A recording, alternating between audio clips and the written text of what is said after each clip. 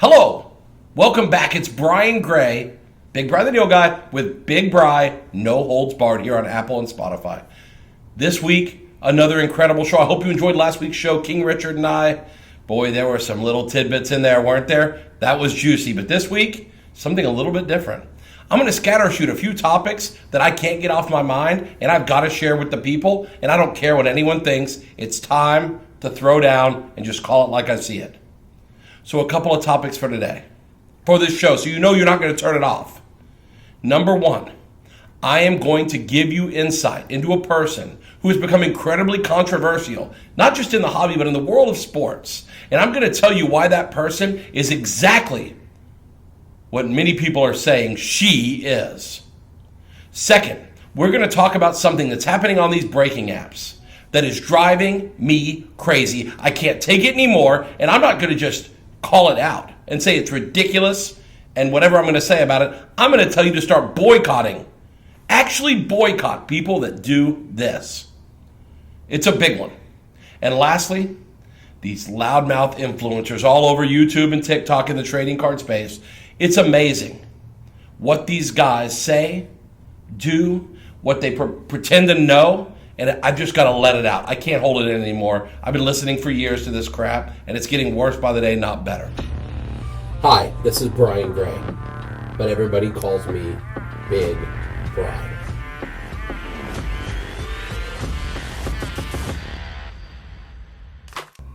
So anyway, let's start with the first story I want to cover today, which is a fallen angel. Yep, Angel Reese. The media has torn her to shreds. Some people think it's ridiculous and it's unfounded. Some people think it's called for. The way she's treated Caitlin Clark has been definitely questionable. She thinks she's the best player in the league. She's not a top 10 player in the league. Never mind her skills. I've heard people call her trash. And I didn't want to go quite that far. I thought about it. I thought about calling this Angel is trash this episode, but my daughter wouldn't let me, so I didn't call her Angel is trash. But here's what I am going to say. I'm going to tell you a story.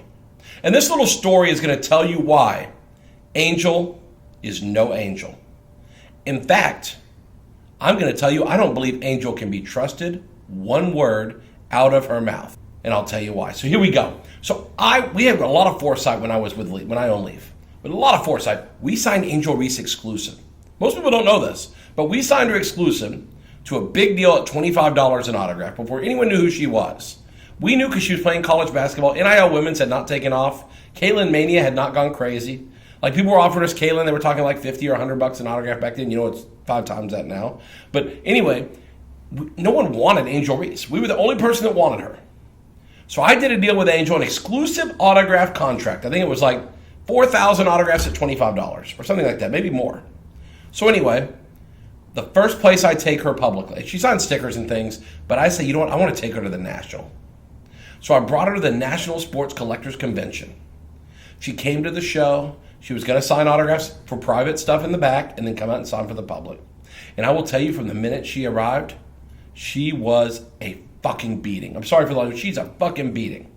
Oh, it's too hot. Oh, I'm starving. Oh, I'm thirsty. I hate this. This is boring. This is tiring. I hate this. I hate doing this. Why are all these people looking around? Why are all these people back here? Why aren't we alone somewhere?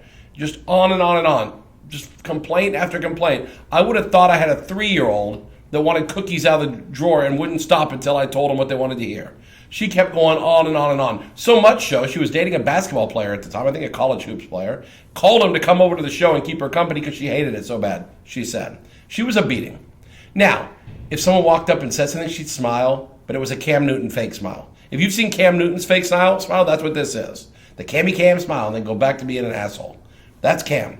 This is Angel. No Angel. She gives you the smile and she's back to complaining and whining and hating to be there. We take great care of her. I spend my entire day walking with her. I didn't do anything else at the show. I should have been walking the show making money, but instead I spent the day with her because she was so uptight, didn't like it, hated it, needed everything. We do the show. She gets through it somehow, but it's probably the worst beating of my autograph career. I've done signings with over 1,000 athletes, easily one of the most difficult athletes. And we're talking about doing some of the biggest names in the world. Easily, Angel Reese was more high maintenance than anybody. I can't think of anyone who's bigger high maintenance than Hollywood celebrities who are worth hundreds of millions. Way lower maintenance. than this cat. So anyway, we come home, and I'm like, whew, got that one done. We're just going along our business, and I get a call from her agent. For the sake of anonymity, because I don't want to bury her agent too bad, even though I should. I really should just bury her too. She should also be a fallen angel. I'm going to call her R. So Agent R calls me, who represents Angel, who's no angel, I already told you. And Agent R calls me and says, Brian, Angel just hated this. She hates signing autographs. She doesn't want to do this anymore. And it's not that she doesn't like you guys. She loves you guys. You were great to her. You really took good care of her. And I was thinking, I did take good care of her. I wasted my whole day carting this little prima donna around like she's the queen of the world when she's really a marginal basketball player. But anyway, that's fine. So I'm like, yeah, I really try to take good care of it. That's great. And she goes, she really just wants to never sign an autograph again.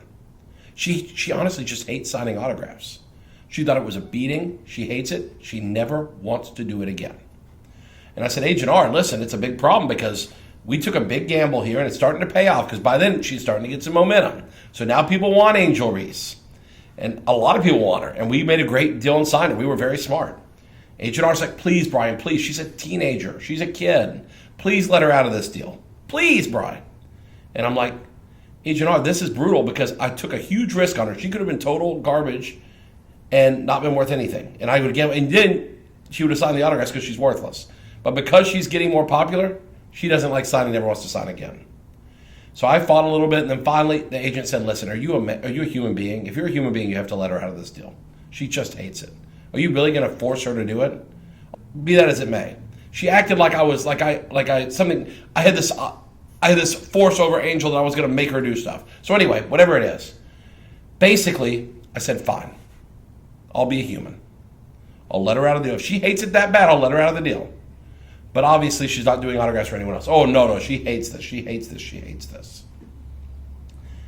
Then, a little while later, I see a press release. Angel Reese signs exclusive trading card deal with Panini America.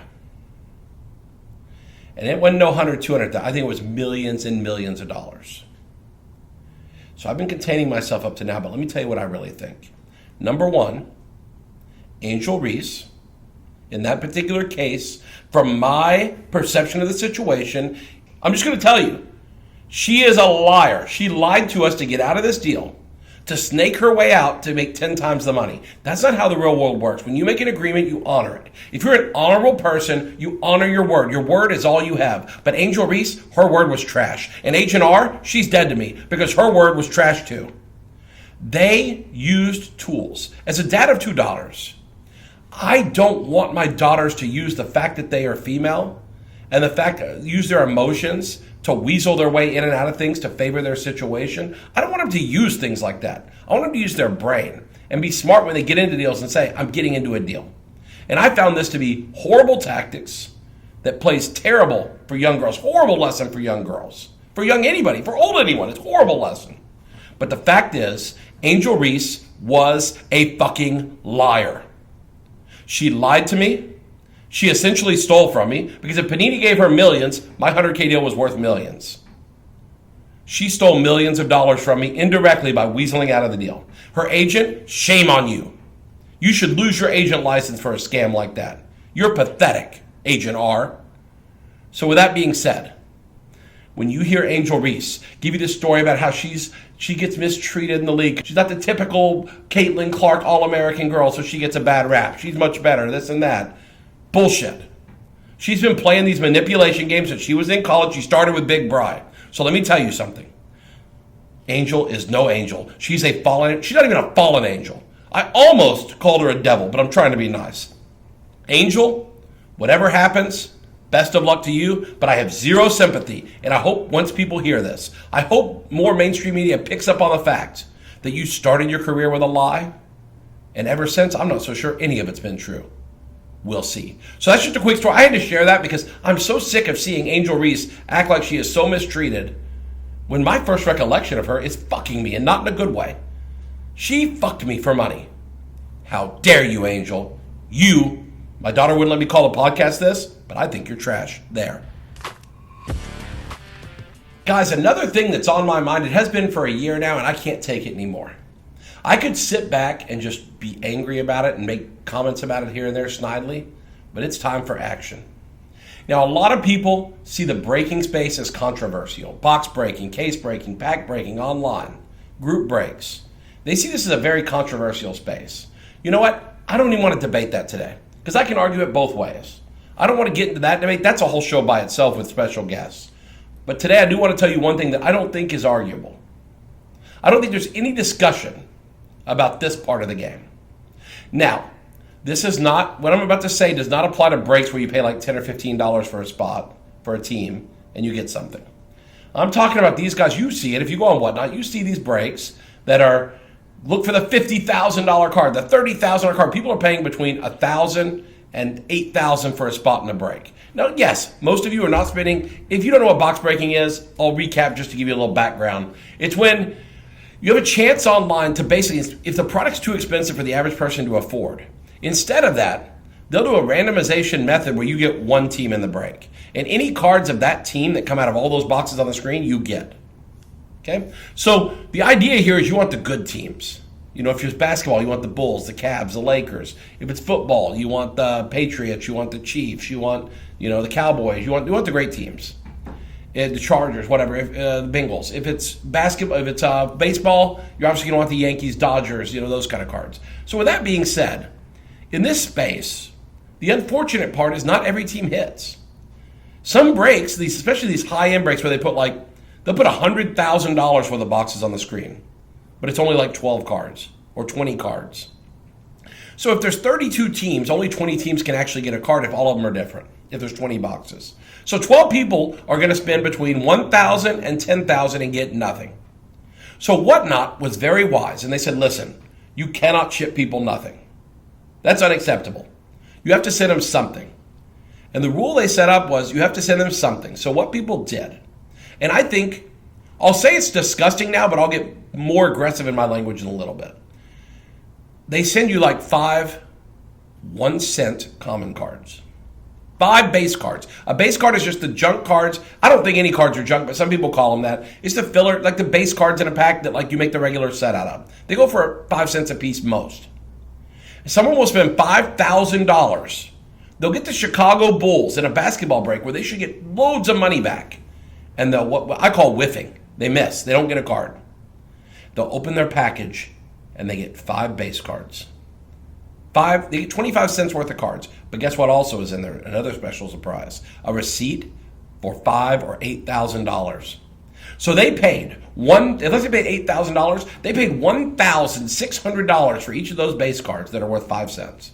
Now, that's the nature of group sourcing or group breaking. You're going to have some people that don't hit and some people that hit huge. Not everyone can hit huge. For someone to hit huge, someone has to not hit huge. That's all fair and good, or you can argue about if it's fair and good or not. What you can't argue about is it's fucking terrible customer service when someone sends you 5 cent cards when you spend $5,000 and have a bad experience and have bad luck. That's bullshit.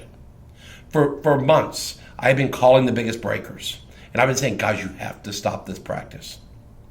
Besides being an insult and a disgusting display of customer service, besides that, I think it's just, I just can't imagine I would ever go to a restaurant that would pull a stunt on me where I ordered a filet and they brought me a couple of chicken nuggets. Like, that's what you're getting. You're not even getting chicken nuggets here. There's no protein. They're basically bringing a couple of pieces of parsley when you order a filet. That's what they're doing. And listen, I understand they can't give me or anyone else half their money back. They can't do that. Because the economics, the way they work, they're not even always making a lot of money anyway. Sometimes they actually lose money on these breaks, which will be a topic for later. But so I think my challenge here is there's a way to do something where it looks like you put just a little thought into it. This is like on your anniversary when you don't even get your wife a card and you really don't even say happy anniversary, but you like just give her a smile. Like that's like the bare minimum you can do on your anniversary, give someone a smile. It's really the most thoughtless thing in the world. That's what sending base cards is. It's thoughtless, mundane, routine. Just put it in a package. Screw them. We're moving on to the next break. That means they don't give a flying fuck about you. I'm sorry for the language. They don't give a fuck about you when they do that. So what has to happen? And I've told them, go out and buy things that you can give to people that whiff.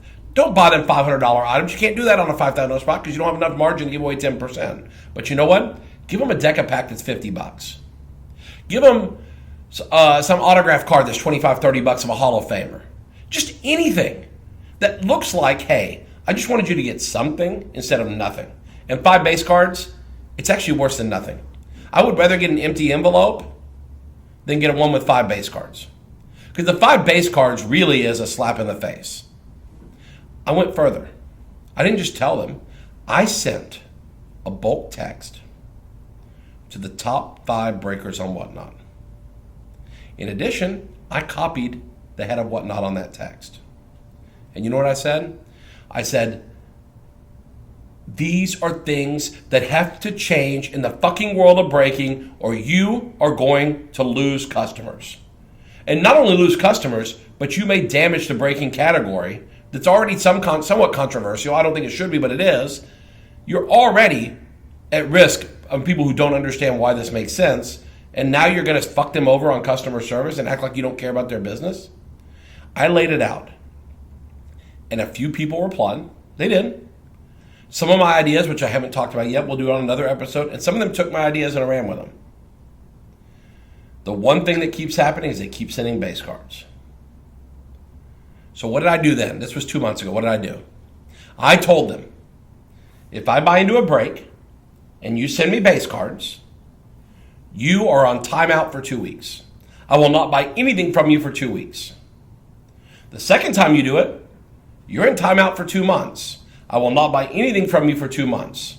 And the third time, you're dead to me. I will block you on the app. Fuck you. You didn't care about me. Fuck you. I don't care about you.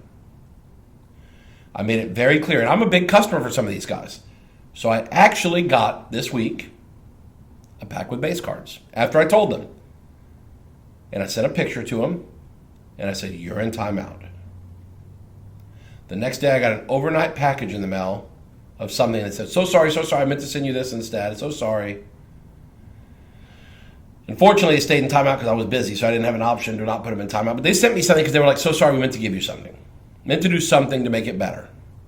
Just to show some thought. And then I got another package with base cards. So I'm pretty much tired of this. This is not okay. So I'm going to make a few challenges here. Number 1, to Whatnot. And I will tell you, my friend at Whatnot, who I contact, I will call you this week. And I'm going to tell you formally that I'm going to zero tolerance. If you send me base cards, you are dead to me. Zero tolerance, I will block you. And if you tell me, one breaker the other night argued with me and said, oh, it's too hard for our system to not put base cards in. Yeah, just have something else there you can put in instead of base cards, you fucking moron. But you know what? They told me, oh no, our systems, we have this and that, we should do it this way. And I said, you know what? You may do it that way, but if you serve Burger King's hamburgers with crickets on them, that may be the way you do it, but people aren't going to eat it. I don't care how the fuck you do it. Maybe you need to change how you do it if you want to stay in business. So starting today, for me, Brian Gray, Big Bri, zero fucking tolerance. If I buy into your break, and I go into some small breakers rooms to be nice and hang out, if I buy into your break and you send me base cards, you're fucking dead to me. And I may even come on the show and expose idiots who send base cards and just say, this is a fucking moron who doesn't care about their customers. It's borderline scammy. It's not, but it's borderline. And what I'm going to ask you guys to do, well, I got Whatnot, I'm going to tell them, this is my new policy, and I think you guys need to revamp your expectations.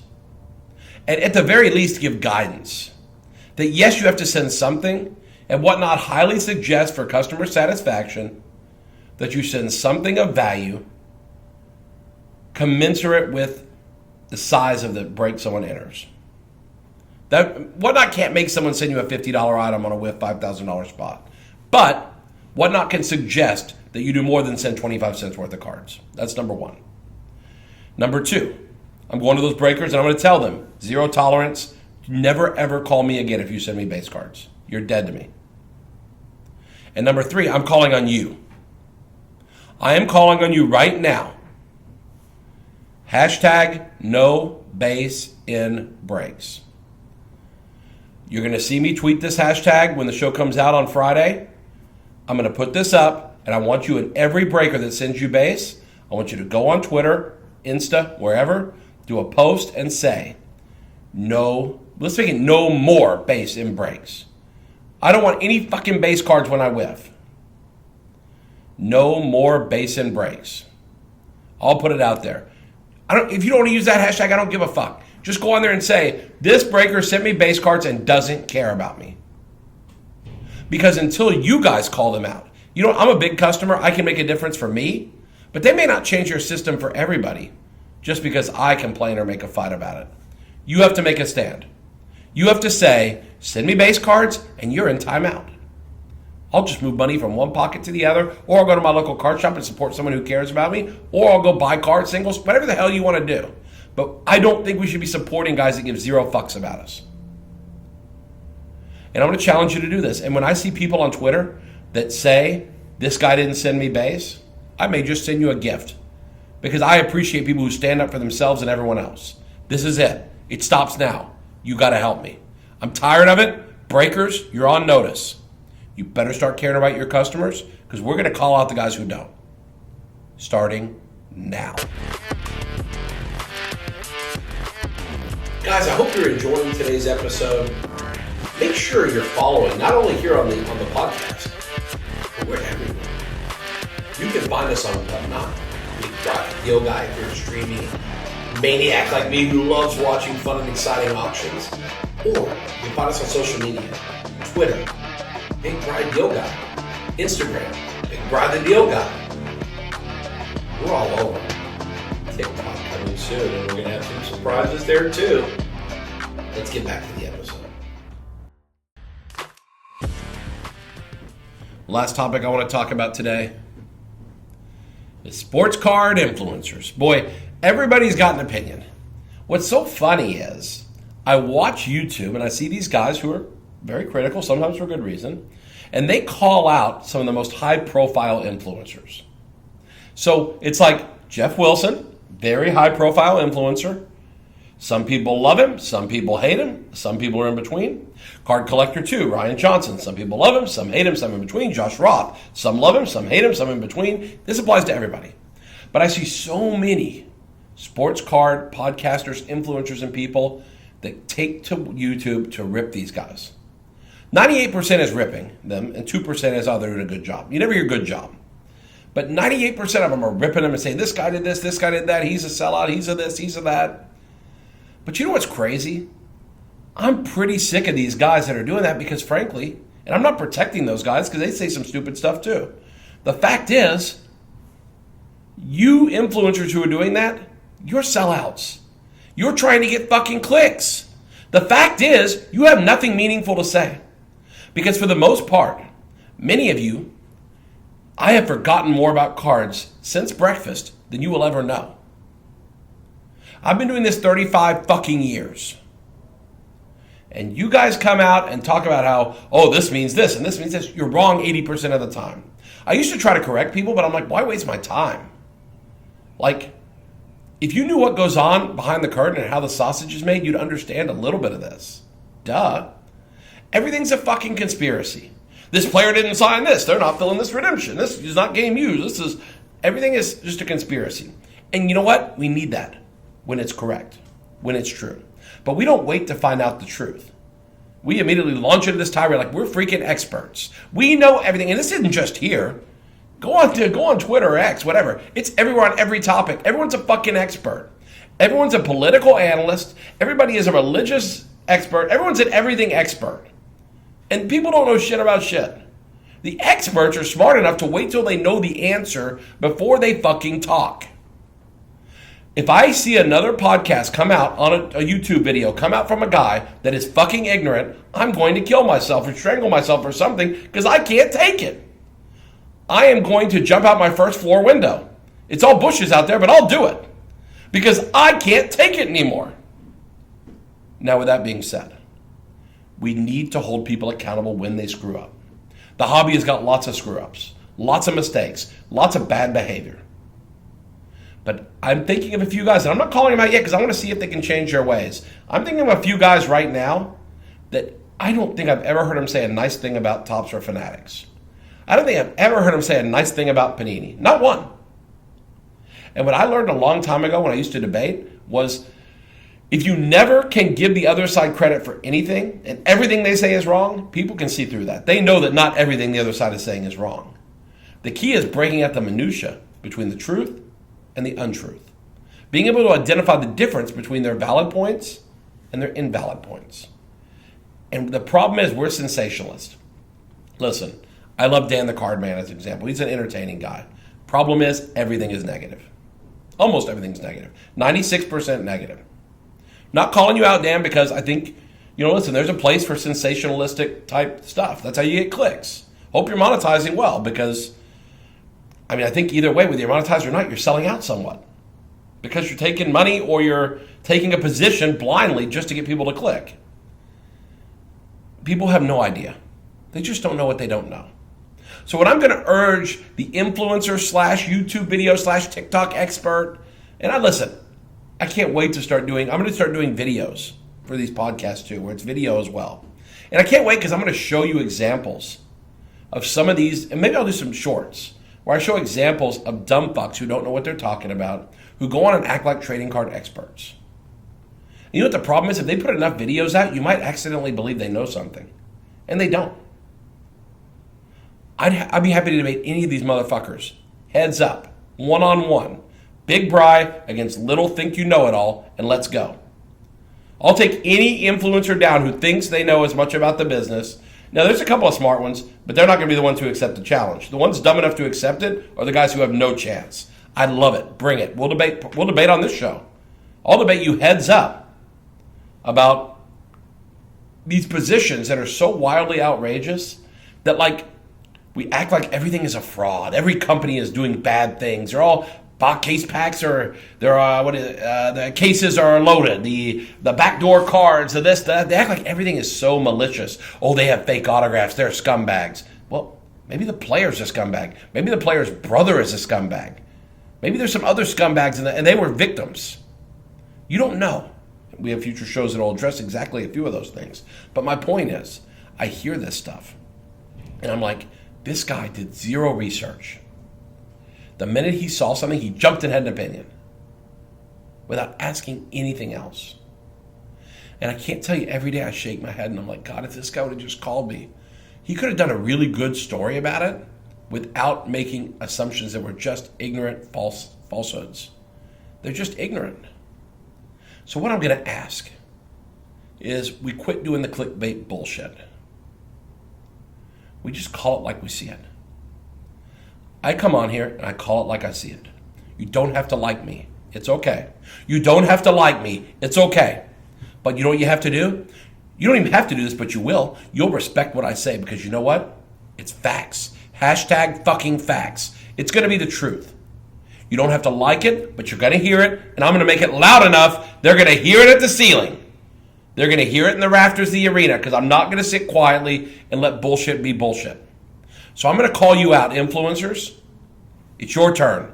When you give a hot sports opinion, tell us what your support is for that. Besides, well, I have a feeling. That's what you say to protect yourself from libel or slander actions from these companies. Well, I think it could be. I'm hearing. That's all bullshit. If you have the balls, go out and say something's a fact. Because they don't go on TV. You never hear the reporter say, well, I have a feeling that they knew these autographs were bad. Or I had a feeling that they load these cases. Or I have a feeling. They don't say that on the news. They say a boat ran into another boat and everyone perished. I mean, it's terrible, but they say it. They say lightning struck this building and the church caught on fire. They say these things. They don't say maybe or I thought maybe, It's ridiculous. Then you go to editorial. When you do that, you're becoming editorial. And then you're no better than CNN and Fox and all the political bullshit that goes back and forth.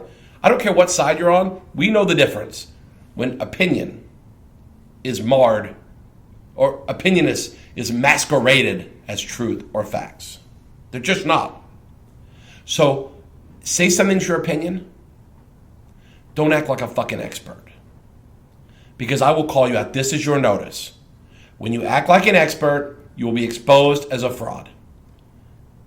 I've had people for years give me a hard time because they don't like me. It's okay. Listen, it's not a popularity contest. I think I won generally in life. It's okay. But I'm not popular with everybody. But you know what? The last couple of years since I sold Leaf, a lot of people who weren't my fans have come around and said, you know what, Bri? I think I got the wrong image of you. Especially once they talk to me. They realize I'm a great guy. And the influencers might have painted a picture that was this devilish, mean, sneaky guy. I'm pretty smart, but I'm not that. I'm no Angel Reese. But let me tell you here. The fact is, at the end of the day, if we're going to open our mouth and we're going to make a statement, we better be able to back it up. And the fact is, when I say something here, it's going to be backed up with a true story or with facts.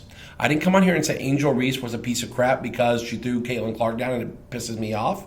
No, I said she is a piece of crap because her word means nothing. Because she lied and cheated to get out of a deal to make millions. That's scumbag. She's a sellout. That's facts. So what I'm saying is, for all you guys that want to be sports card journalists, that want to click on, there's new guys popping on the scene all the time. See Professor Sports Cards. Love the way he talks, love his voice, love some of the stuff he does. But again, he makes assumptions of facts not in evidence all the time. And it really downgrades the quality of the presentation because it's just not all facts. So, influencers, bring it. If you think what I just said is bullshit, and you think I'm being unfair, don't sing it. Just bring it.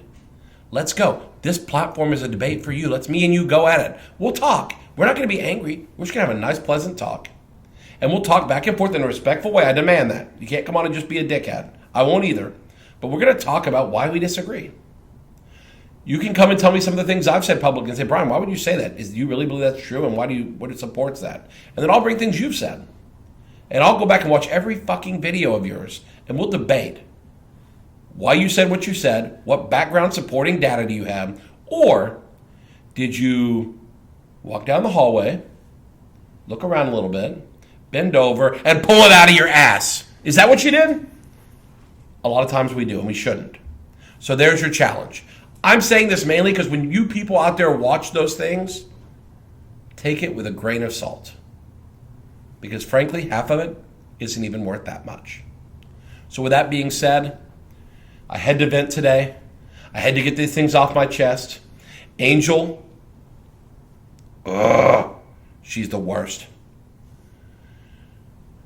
The breakers, if you send base cards, you deserve to be taken to the mat. You deserve to be gone.